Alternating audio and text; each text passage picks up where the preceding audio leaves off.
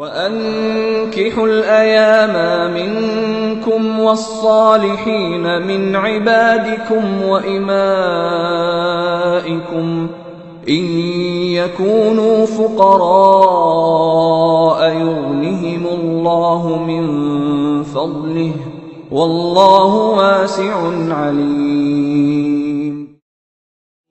تقال العثار العظام به ويغد الهوى ككبش ذبيح بذكر.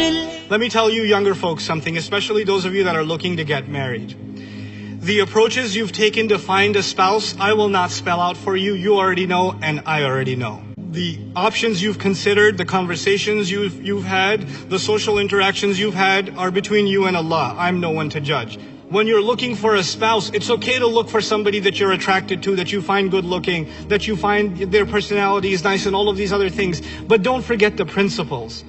A few principles, if you can observe them, I think we can clean this process up. I didn't even talk about online matrimonials. You know why? Because the online, if you can observe these principles, it doesn't matter if you're looking for a spouse online or on site or on campus or on convention or on whatever. It doesn't matter. It's the matter of observing particular principles. Try to live by some of this stuff and you'll see a lot of barakah in your own relationships. First of all, understand that for the guys, the girl you like is somebody's sister, is somebody's daughter, is the respect and honor of somebody's family. So when you're staring at her like that, just think about somebody staring at your sister like that.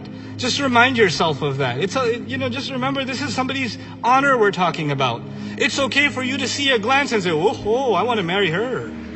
That was great. But one glance is good enough for you and you take the dignified approach. Then the second thing, of course, first of all, don't be a perv and walk around like, Don't do that.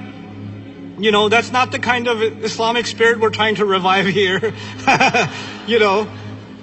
So that's one. But two, if you do find somebody interesting, take a respectful approach. There are formal chaperoned matrimonial type sessions. That's fine, at least there's a chaperone present there. And if that's not the case, the best approach, honest to God, the best approach is an indirect one. The best approach is through a friend, through somebody's, a friend who has a sister who knows her, etc., etc. Try to be as indirect as possible. Because when you're direct, shaitan loves it. He just puts stuff in you and he puts stuff in her and the giggles start and the smiling and then the texting begins and then you're sharing, then you're adding each other on Facebook and then you're calling each other late at night. Then the Skype thing begins, then things get out of hand. Things take one step at a time and they just really get out of hand. Take as indirect an approach as possible. And, some people ask, well, how am I supposed to get to know the person? You can. It's fine. There's nothing wrong with getting to know the person.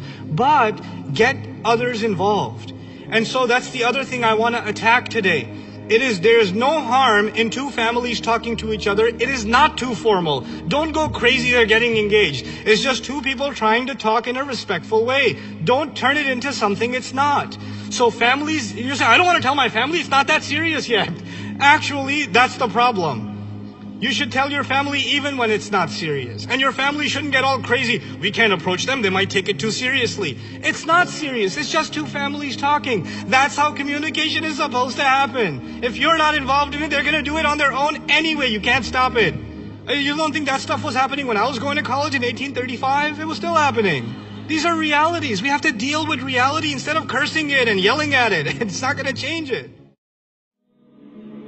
يا ليت اليوم تفهمني وتفهم خاطري ورحل تكلم والشجرة مني سيف الهم تراه استل سيف الهم تراه استل